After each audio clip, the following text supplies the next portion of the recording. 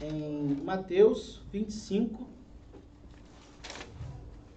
Hoje nós vamos ler o primeiro versículo e depois lá o finalzinho, tá bom? Finalizando essa série de 3 mensagens sobre os talentos. Depois, Pedro, se você puder colocar esses 3 numa série lá no YouTube, né? Dar um título lá, mas colocar as 3 juntas. Essa é a terceira e última parte hoje. Pode gravar, tá, Pedro? Pode transmitir a partir de agora. Já está gravado. Tá transmitindo.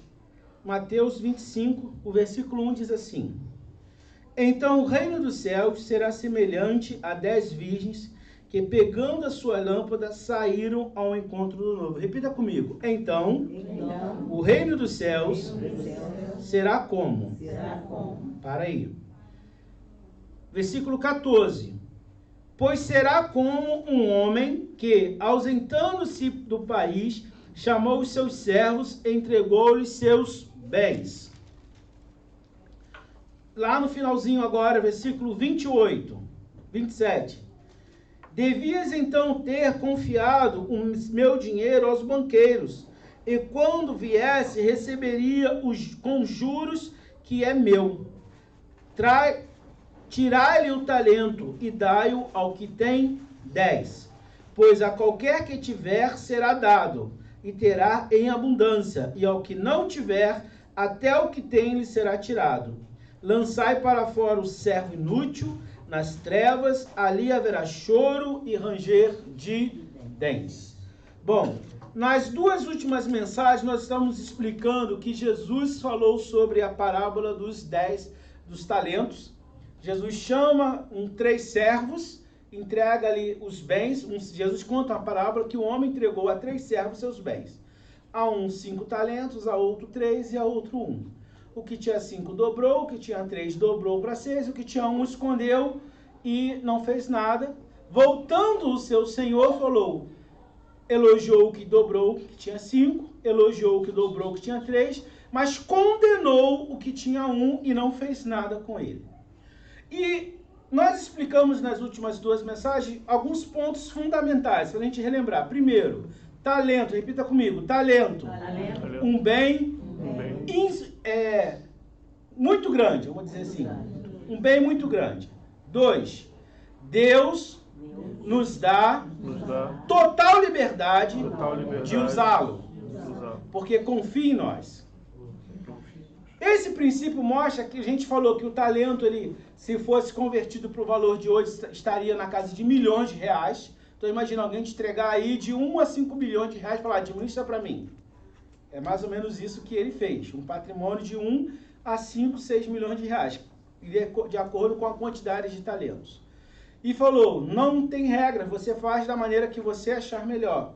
Porque o Senhor deixou e se ausentou. Explicamos que Deus faz isso com quem ele confia e falamos também sobre a importância de termos na nossa vida essa consciência de que não somos servos no sentido de sermos um escravo, como vemos hoje na televisão, um escravo maltratado.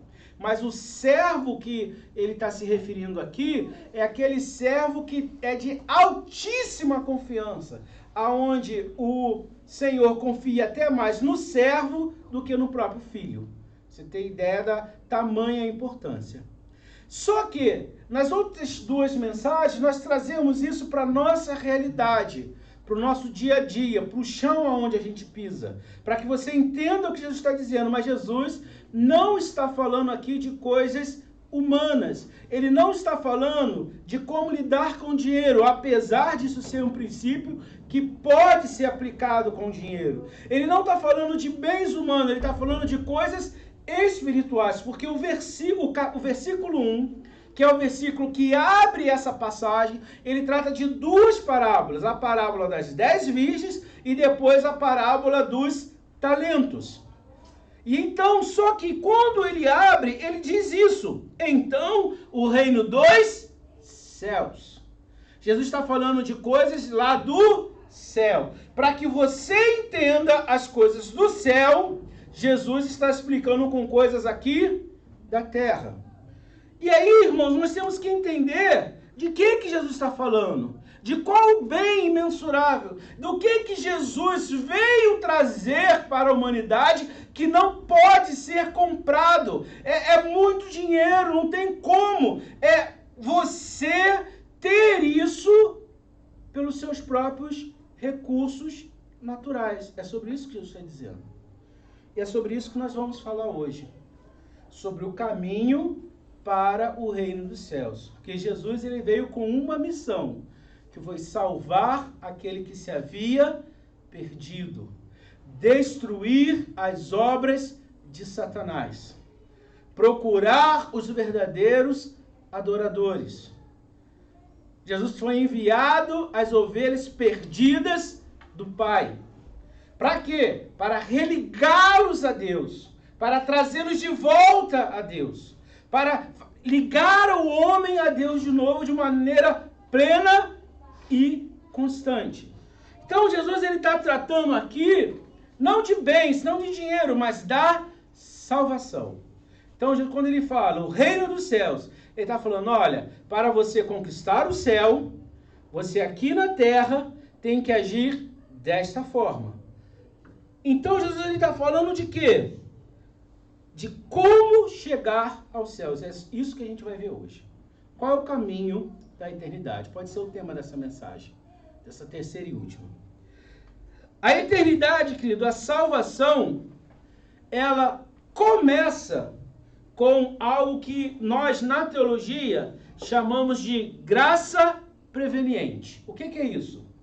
A salvação, ela começa com uma ação de Deus em nós, quando nós ainda não merecemos.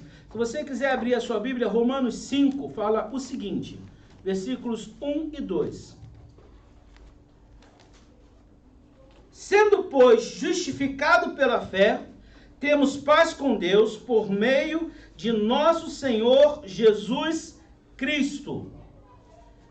Agora, mediante que obtivemos acesso pela fé a esta graça, no qual estávamos firmes e nos gloriamos nos nossa esperança na glória de Deus. Agora pula para o versículo 10.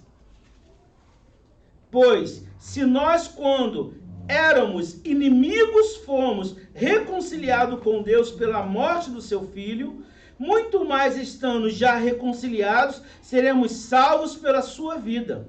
Nós somente isto, mas não somente isso, mas também nós nos gloriamos em Deus por nosso Senhor Jesus Cristo, por intermédio de quem agora alcancemos a reconciliação. Entenda, Jesus nos convidou a sermos reconciliados com Ele, não porque somos bonzinhos, não porque temos um bom coração. Irmãos, pasmem no que eu vou dizer agora. Na reunião de pastores, terça-feira, Daniel Leite, nosso pastor, reverendo, superintendente, trouxe um dado estatístico de uma conceituada pesquisa americana, onde é feita com a maior parte dos pastores americanos, onde 1/3 dos pastores americanos, pasmem no que eu vou dizer, acreditam que uma pessoa pode ser salva por ter um bom coração. Isso é doutrina de demônios. Não há salvação sem ser em Cristo Jesus. E o demônio e o diabo têm tentado deturbar a palavra de Deus, tirando Cristo da salvação. É muito bom termos um bom coração.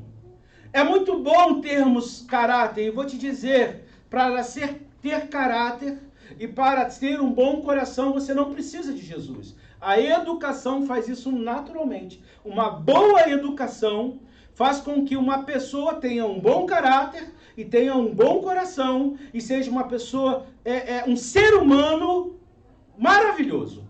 Existem pessoas que não são cristãs, que não confessam a Jesus como seu Salvador, que não vivem em busca da palavra de Deus, mas são muito melhores do que muitos crentes que eu conheço. tem um coração melhor, mais caráter, mais vida. É aquela pessoa que a gente fala assim, poxa, só falta ser crente. Mas isso não as leva para o céu. Porque o parâmetro para entrar no céu não é o nosso bom coração. É aceitarmos o sacrifício de Cristo como suficiente para esse sacrifício nos religar a Deus. Não há como fugir dessa verdade bíblica. O próprio Cristo falou que sem Ele não há salvação. Mas, pastor, e aquelas pessoas que nunca ouviram falar de Jesus? Por isso que a Bíblia diz, ide por todo mundo e pregai o meu evangelho a toda criatura. Se é justo ou injusto, você reclama com Deus. Você resolve isso aí com Deus. Mas o que a Bíblia ensina é que só existe salvação através de Cristo. E essa salvação começa quando nós ainda estamos inimigos, porque, irmãos, não há meio termo. Jesus, ele é um dos caras mais centrados e diretos que eu conheço na Bíblia. Eu não consigo imaginar Jesus hollywoodiano. Deixo-vos a paz, a minha paz vos dou. Não vou lá dou como o mundo a dar. Mestre, pegamos essa mulher em adultério. E a lei de Moisés diz que temos que apedrejá-la. Quem não tem pecado, que atire a primeira pedra. Eu não consigo ver Jesus assim. Porque Jesus era um camarada que botava o dedo na cara e chamava raça de víboras para quem era hipócrita. Jesus, uma vez imagina, irmão, Jesus estava sentado à mesa. Aí estava tendo a festa. Aí Jesus vira para o dono da festa e fala assim, você está dando uma festa? Você quer realmente entrar no céu? Você não convida teus amiguinhos, tua família, não. Convida o aleijado, o mendigo, a pessoa que não pode te retribuir nada. Porque o que você faz aqui é humano, mas se você quiser um tesouro no céu, você tem que dar uma festa para quem você não conhece, para quem não merece. Aí o cara fala, mas mestre, assim o senhor está me ofendendo. Então ele falou assim, é isso mesmo. Aí entra uma mulher, lá num outro jantar, aí ela começa a chorar aos pés de Jesus, seca com o cabelo, o dono da casa fala, mestre, essa mulher é uma pecadora, repreende ela. Jesus vira para o dono da casa, na frente de todo mundo, e fala assim para ele, quando eu entrei na sua casa, você não lavou meus pés, você não me respeitou, porque lavar o pé do convidado era um sinal de respeito, mas ela está lavando com as suas lágrimas. Você não ungiu minha cabeça, porque era um sinal de respeito. Assim como na nossa sociedade, a pessoa chega na sua casa, o que você faz? Bom dia, entra, sente, fique à vontade, quer um pouco dado, é o quê? É um sinal que você quer tratar aquela pessoa bem. Jesus falou para o dono da casa na frente da mulher, você não fez, você não me tratou bem, você é um camarada que não me respeita, enquanto ela está me respeitando. Jesus falava para multidões, 3, 5, 10 mil pessoas, tá? Jesus falava mansinho. Jesus era um camarada duro, rígido, e ele falou a seguinte frase, presta atenção no que eu vou falar com você. Repita comigo, palavra de Jesus. Quem não é por mim, é contra mim. Quem comigo não ajunta, espalha. Não tem meio termo. Não tem neutralidade. Não tem um limbo. Ou é céu ou é inferno. E essa realidade, irmãos, é dura. Mas é a verdade, não adianta nós tentarmos negar. Jesus falando, olha, se você quer ir para lá, você tem que valorizar essa verdade como um bem que você não pode conquistar de maneiras humanas. E um dia eu vou vir te cobrar sobre isso. Então, a graça preveniente, o amor, João 3,16, Deus amou o mundo de tal maneira. Deus não morreu pela igreja. Deus não morreu por pessoas boazinhas. Deus não morreu por gente santa. Deus morreu pelo mundo pecador de gente que não vale nada, a qual faz parte eu e você. Jesus morreu pela prostituta, Jesus morreu pelo ladrão, Jesus morreu pelo mundo. A Bíblia não diz que Jesus morreu pela igreja. Jesus morreu pelo mundo. Graça preveniente. preveniente. Nós não merecíamos, mas ele ainda assim nos amou. Quando nós éramos inimigos dele. Paulo fala isso aqui em Romanos. Nós éramos inimigos de Deus. Por que inimigo de Deus? Porque se com Deus eu não junto, eu espalho. Independente de ter um bom coração ou não. É todo mundo. O livro de Romanos, se você ler ele todo, você vai ver que Paulo, ali, inspirado pelo Espírito Santo, ele coloca todo mundo dentro do mesmo saco de pecado. Quando ele fala o grego, o romano, o judeu e o bárbaro. Eram as pessoas da sociedade. Os bárbaros eram aqueles que eram considerados dentro da sociedade romana as piores pessoas que tinham. Os gregos eram considerados os inteligentes. Os judeus, os religiosos. E Paulo fala, está todo mundo debaixo do mesmo saco de pecado. Não importa se você é inteligente ou se você não presta. Todos pecaram e destituídos estão da glória de Deus. Mas a graça de Deus veio para todos, para que todos em Cristo Jesus se tornem um com o Pai. E é isso que Jesus faz conosco. Ele nos ama quando nós não merecemos, para nos tornarmos, olha que coisa interessante, para nos tornarmos dignos da sua presença. Porque quem não é digno não pode tomar a Santa Ceia. Jesus muda completamente o nosso status. Então a graça preveniente, querido, e é algo importante você entender isso, que esse é o talento de Deus, que esse é o bem maior que Deus pode te dar. Jeremias 16:12, nós sempre aprendemos o seguinte: pecado, pecadinho, pecadão. Isso não é assim? E depois a gente aprende que não existe pecado, pecadinho nem pecadão, que todos os pecados são iguais, não é isso? Mas olha só o que aqui Jeremias fala.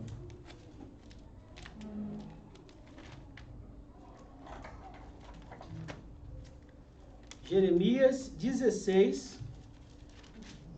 Diante da salvação, nenhum pecado, irmãos, é maior que o outro. Mas lógico que para consequências existem diferenças. Mas existe um pecado que é maior do que todos os outros. Eu tinha muito conflito com Deus até ler esse texto, ler o livro de Jeremias. Você deve ler o livro de Jeremias. O livro de Jeremias fala assim, versículo 16, capítulo 16, versículo 12. Vós, porém, fizeste pior do que vossos pais. Ou seja, vocês estão fazendo coisas piores. Aí você tem que entender de quem Jeremias está falando. Quem são os pais? Vou contar para vocês alguns pecados dos pais que Jeremias está dizendo aqui. Idolatria, a ponto de matar os seus filhos a Moloque. O que era isso? Era um culto onde se colocava crianças na estátua de bronze de um deus e tacava-se fogo na criança. Idolatria a esse ponto. Idolatria a ponto de se matar os próprios filhos já adultos perante seus deuses. Prostituição a ponto de pais se casarem com as filhas, da mãe se casar com o filho. A esse ponto. Pedofilias, roubo, adultério, corrupção, as coisas piores que você pode imaginar. Aí Jeremias fala, vocês fizeram pior. Aí ele vai explicar agora o que é esse pior. Olha só. Vocês, porém, fizeram pior do que vossos pais. Vede como cada um de vós anda após o seu próprio coração, maligno, em vez de dar ouvidos a mim. O que a sociedade e os filmes falam por aí sempre? Segue o seu coração. E o que seguir seu coração é fazer pior do que os pecados que Israel cometia.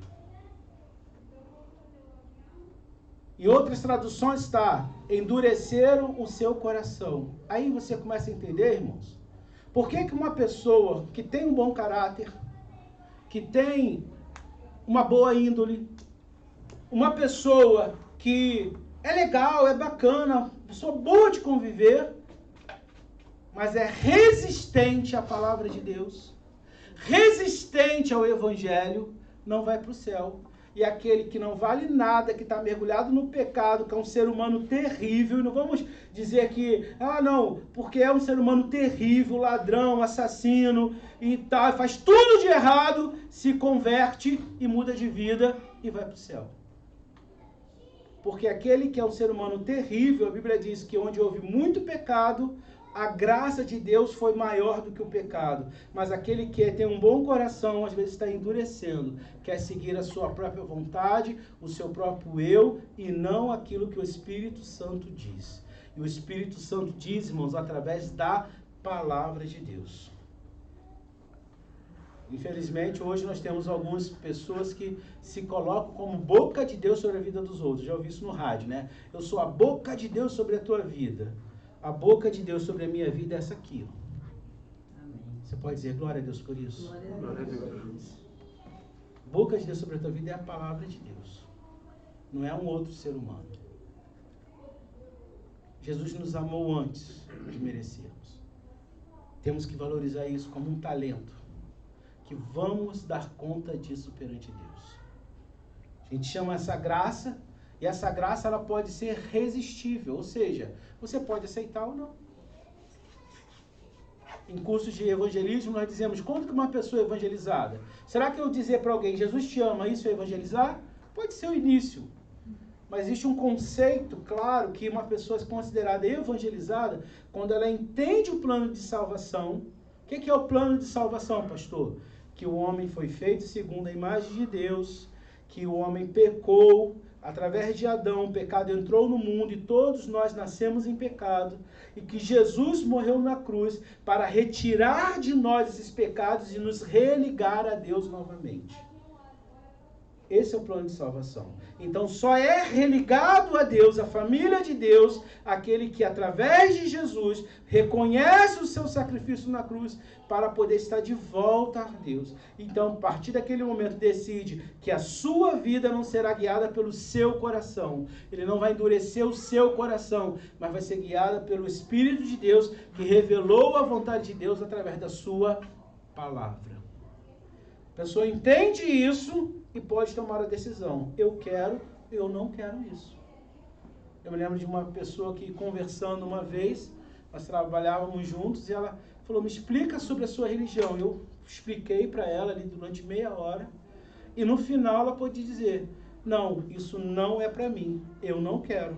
Eu falei, tudo bem, é uma decisão sua. E continuamos amigos, e continuamos conversando, e continuamos trabalhando junto, e continuamos em vida que segue. Ninguém é obrigado a crer no que você crê, e você não deve tentar entubar, como a gente diz, o evangelho goela abaixo de ninguém. Mas deve viver o evangelho e pregar para todo aquele que quer ouvir. E se a pessoa não quiser, vida que segue. Você não precisa se afastar, você não precisa demonizar. Você pode continuar sendo amigo, você pode continuar vivendo em comunhão. Tudo bem. Mas essa graça ela é irresistível. A decisão de receber isso ou não é nossa. Uma vez que a gente recebe isso, acontecem 3 coisas sobre nós. Justificação, regeneração e salvação. Isso é o talento de Deus sobre nossas vidas. Nós vamos dar conta disso. O que você tem feito com a justificação que Deus te deu? Justificação, querido. Abre comigo aí, agora de novo, Romanos 5:1.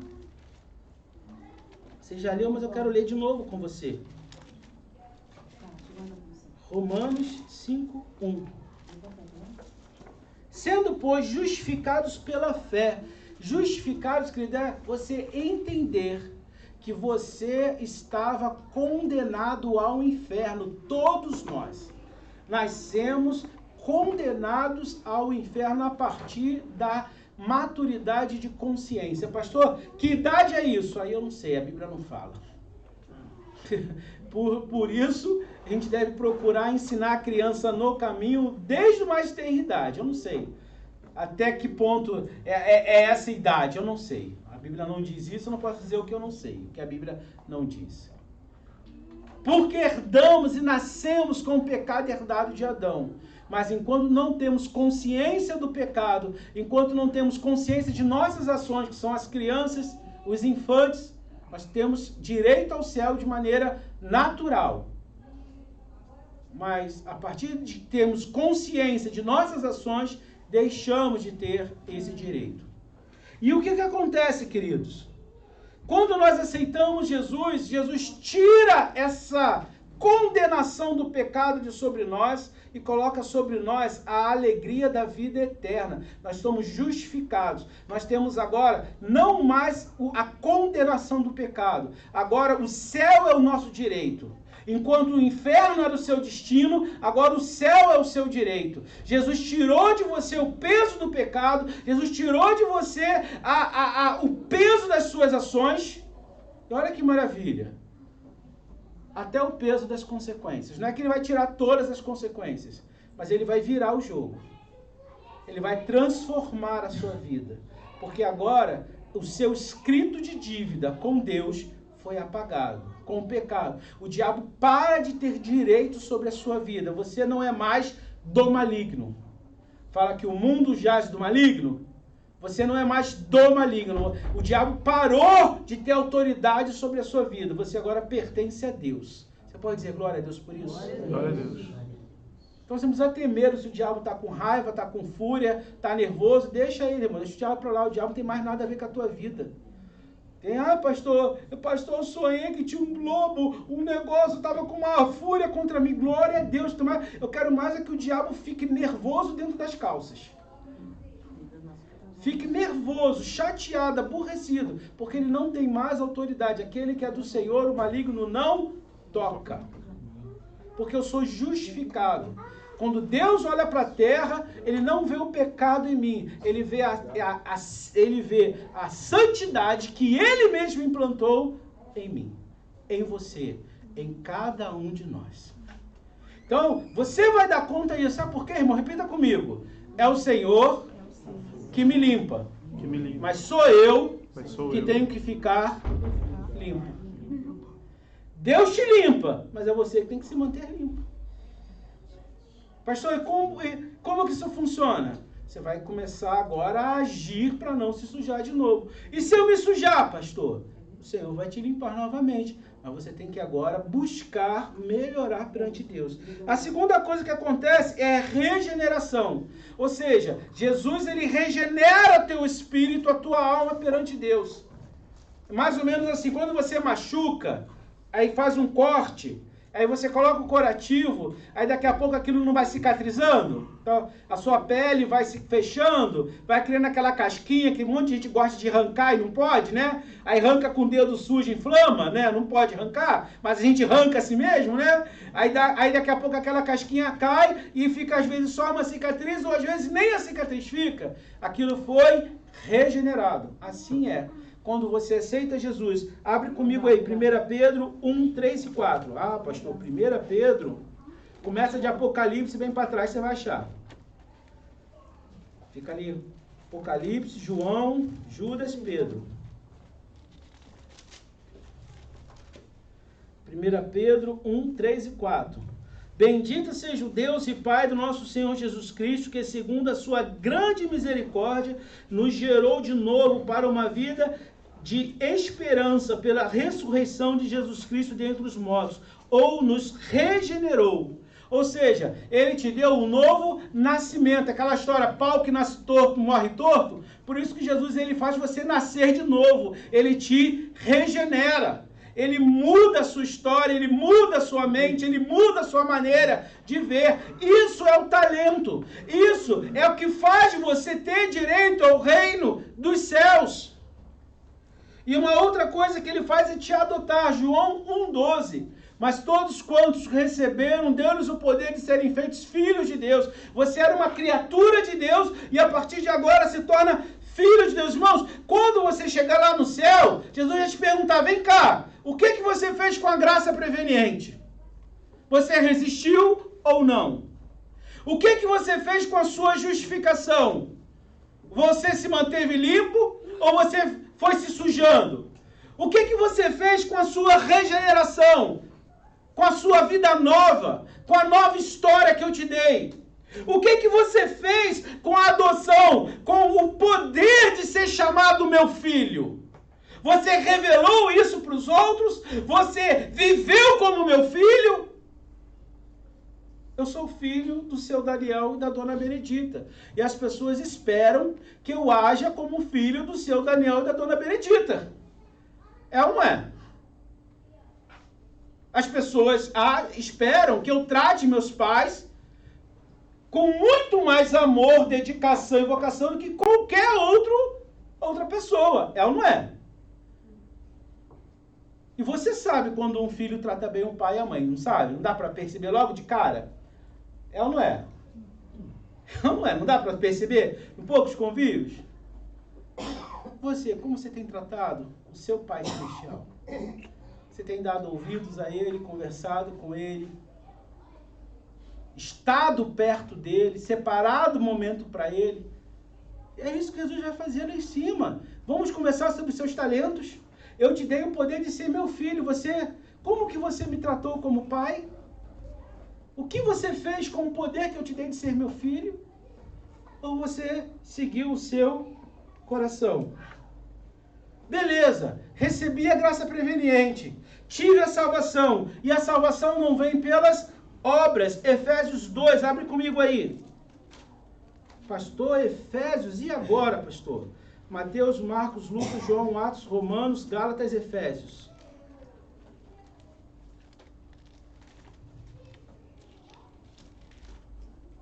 Gálatas, Romanos, 1 e 2 Coríntios, né? Gálatas e Efésios. Efésios 2, 8 a 10. Pois pela graça sois salvos por meio da fé, e isso não vem de vós, é dom de Deus. Pois somos feitura sua, criados em Cristo Jesus para as boas obras, ao quais Deus preparou para que andássemos nelas. A salvação não vem pelas nossas obras, vem pela graça. Por isso que ela é para todos, independente se a pessoa tem um bom coração ou é um ser humano terrível, um ser humano que a gente olha e fala, pô, esse cara tem que morrer, esse cara não merece viver em sociedade. A salvação é para ele e é para o de bom coração, porque é pela graça. A graça é um favor imerecido. Ninguém merece ser salvo, mas somos salvos pelo amor de Deus em nós. Aleluia. Somos salvos porque Ele nos amou enquanto éramos inimigos de Deus. Aleluia. Essa graça. Jesus vai perguntar lá no céu para cada um de nós, o que você fez com essa graça? Ou você ficou se culpando, ou você ficou falando, eu não mereço, eu não tenho direito a isso, aquilo. Irmãos, o diabo quer que você acredite que você não tem direito a viver bem. Que o diabo quer que você acredite que você não tem direito a conquistas. O diabo quer que você acredite que você não tem direito a ter as bênçãos de Deus sobre esta terra por causa de pecados anteriores. E a pessoa vai guiando a sua vida para frente, olhando para trás. Quando o apóstolo Paulo, inspirado pelo Espírito Santo, disse, deixo para trás as coisas que lá ficam e sigo para o meu alvo. Irmãos, imagina Paulo pregando com o peso da morte de Estevão sobre seus ombros. A Bíblia diz que quando Estevão foi apedrejado, deixavam a roupa de Estevão aos pés de Paulo. Paulo pegou cartas para trazer o povo preso. E depois ele estava pregando esse evangelho para quem ele perseguia. Mas Paulo não deixava que o seu passado terrível... Paulo era um ser humano religioso, extremamente cruel. Altamente religioso e extremamente cruel. Irmãos, como a gente vê gente assim? Extremamente religiosa, mas extremamente cruel. O amor e a graça não fazem parte da sua vida, só a religião. Fala de Deus que é uma maravilha, mas na hora de estender a mão para quem lhe ofendeu, de perdoar, nossa, o olho chega até a virar quando fala daquela pessoa que não gosta. Porque fulano, eu lá e eu aqui, não quero contato. Chega a dar aquele negócio na pessoa, extremamente religiosa. Paulo era assim, mas ele falava, olha, eu não deixo que o meu passado, que era terrível, determine o meu futuro. Eu sigo para o meu alvo, que é Cristo. Jesus vai fazer isso com você. Vai perguntar para você, o que você fez com o seu passado que eu apaguei? Você deixou ele determinar o seu futuro? Ou você aceitou a nova vida que eu te dei? Isso é o talento de Deus sobre a sua vida. Passado isso, irmãos, Deus ele nos convida a confirmarmos a nossa salvação publicamente. Abre comigo Romanos 6. Que horas tem, irmãos? Eu estou sem relógio aqui. 11h44. Ótimo. Obrigado. Romanos 6. Depois você lê o versículo todo. Mas eu vou ler apenas os primeiros. Que diremos, pois? Pereceremos no pecado para que a graça aumente? Ou seja, já que quanto mais ruim eu for, maior é a graça, então eu vou ser um ser humano cada vez pior para que a graça seja maior? Não, né? Não, né? É isso que Paulo está dizendo. Que diremos, pois? Permaneceremos no pecado para que a graça aumente? De modo nenhum. Nós que estamos mortos nos nossos pecados, como viveremos ainda nele?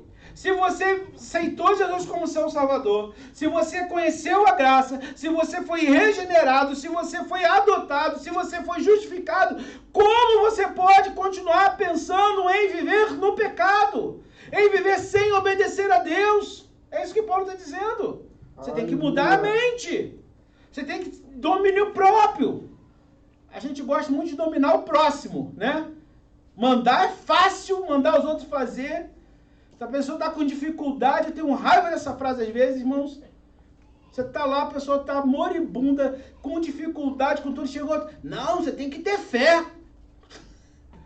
Falar que o outro tem que ter fé é mole. Vai ter fé na vida do outro, vivendo o que o outro está vivendo. Às vezes é melhor você ficar quieto, né? Eu lembro que eu e Bia, a gente, oh, Deus do céu, passando um processo difícil, chegava a gente pra gente, é porque tá faltando fé, pastor. Eu falei, querido, tive que falar uma vez pro camarada. Falei, meu irmão, já que tu tem tanta fé, faz o seguinte, vai lá pro Hospital da Posse, tira todo mundo de lá à base de oração. Ué, tu não tem fé? Você não está dizendo que o meu problema não é conquistado por falta de fé? Então, vai lá pro Hospital da Posse, tira todo mundo de lá. Tive que dar de vez em quando a gente tem que dar uma de Jesus, irmão, entrar com chibatada, quebrar a banca e dar um chega pra lá em quem não tem noção. Porque tem muita gente sem noção aí. Ou não sabeis todos quantos fomos batizados em Cristo Jesus, fomos batizados na sua morte. Valorize o seu batismo. Valorize esse ato que você declarou de descer às águas. Quando o diabo te ofereceu o pecado, você se lembre que você foi batizado na morte. Quando você se batizou, você desceu à sepultura com Cristo. E quando você se levantou das águas, você levantou para uma nova vida. Valorize esse talento, irmãos. Ninguém pode pagar por isso. Quando o diabo tentar falar, cara, aceita esse prazer, aceita esse momento, fica com essa ira, fica com esse ódio, fica com essa raiva, fica com esse sentimento ruim que te corroendo, fica com esse passado te machucando, lembre-se que você foi batizado na morte com Jesus. E lá ficou o velho homem, a velha criatura, a velha mulher, a velha pessoa que pensava segundo o seu próprio coração. Mas surgiu uma nova pessoa. Valorize esse talento. Jesus vai te perguntar lá no céu. Você lembrou do seu batismo? Você lembrou da aliança que nós fizemos no batismo? Você lembrou de como você saiu daquelas águas? De como foi importante para você aquele dia? Ou você tem vivido como se isso não valesse nada mais para você? Um outro talento, querido, que Jesus vai nos cobrar lá no reino dos céus é como nos portamos diante da Santa Ceia do Senhor. Irmãos, tem gente que nem lembra que tem Santa Ceia. Vem para a igreja e esquece que é ceia. 1 Coríntios, capítulo 11, 23. Diz assim: pois eu recebi do Senhor que também vos ensinei, que o Senhor Jesus, na noite em que foi traído, tomou o pão, e tendo dado graças, o partiu e disse: isto é o meu corpo que é entregue por vós, fazei isto em memória de mim. Semelhantemente, depois de cear, tomou o cálice, dizendo: este é o cálice da nova aliança do meu sangue, fazei isto todas as vezes que comerdes e beberdes em memória de mim. Pois todas as vezes que comerdes o pão e beberdes o cálice, anunciais a morte do Senhor até que eu venha. Você precisa valorizar o culto de Santa Ceia. Você precisa valorizar, você precisa se consagrar. É semana de ceia, faz um jejum. É dia de ceia, venha como preparado para um culto de celebração, de declaração da sua comunhão com Cristo. Perdeu a ceia? Não abra mão de tomar a Santa Ceia. Peça, pastor, eu quero tomar a minha ceia. Se possível, veste uma roupinha melhor no domingo de ceia. É que seja, mas procure uma maneira de honrar a Deus. Não faça como um culto qualquer, como um ato qualquer. Porque a Santa Ceia é tomada para a comunhão com Cristo ou para a condenação de quem não entende.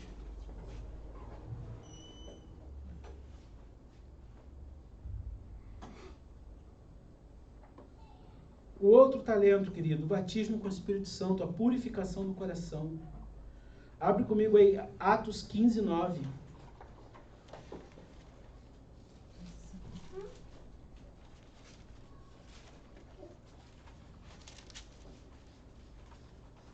Atos 15, 9.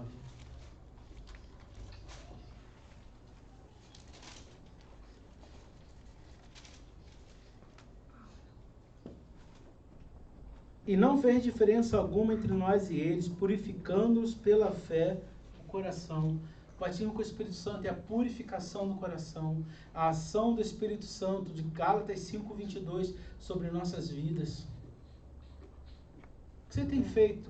Você tem buscado esse batismo com o Espírito Santo? Você tem buscado, Senhor, purifica meu coração? Que eu manifeste o fruto do Teu Espírito? Que eu viva pelo Teu Espírito? Que eu seja guiado pelo Teu Espírito? Repita comigo. Primeiro talento. Salvação. Segundo, batismo. Terceiro, Santa Ceia. Quarto, batismo com o Espírito Santo. E quinto, serviço e ministério. Como tem sido o seu serviço a Deus? Não só o serviço na igreja, serviço a Deus. O que você tem feito para Deus?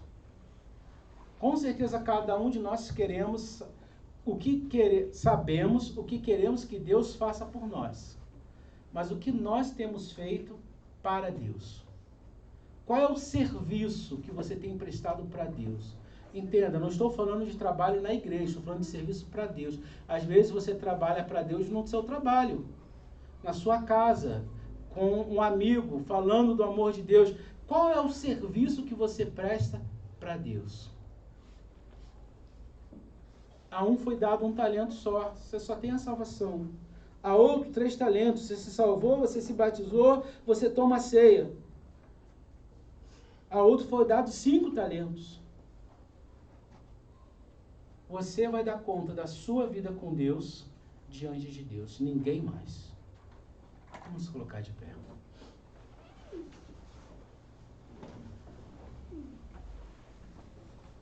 Eu quero que você pense hoje isso. Como tem sido a sua vida com Deus? Você tem colocado a sua vida com Deus como prioridade ou a sua vida com Deus é apenas algo a mais na sua vida? Fecha teus olhos. Senhor, que nesta manhã possamos compreender, ó Deus, cada um aqui, que o Senhor, ó Pai, tem que ser o principal de nossas vidas. A parábola dos talentos não fala de coisas humanas, mas fala, Senhor, do reino dos céus. Aleluia. Daquilo que levaremos para o reino dos céus. Glória a Deus.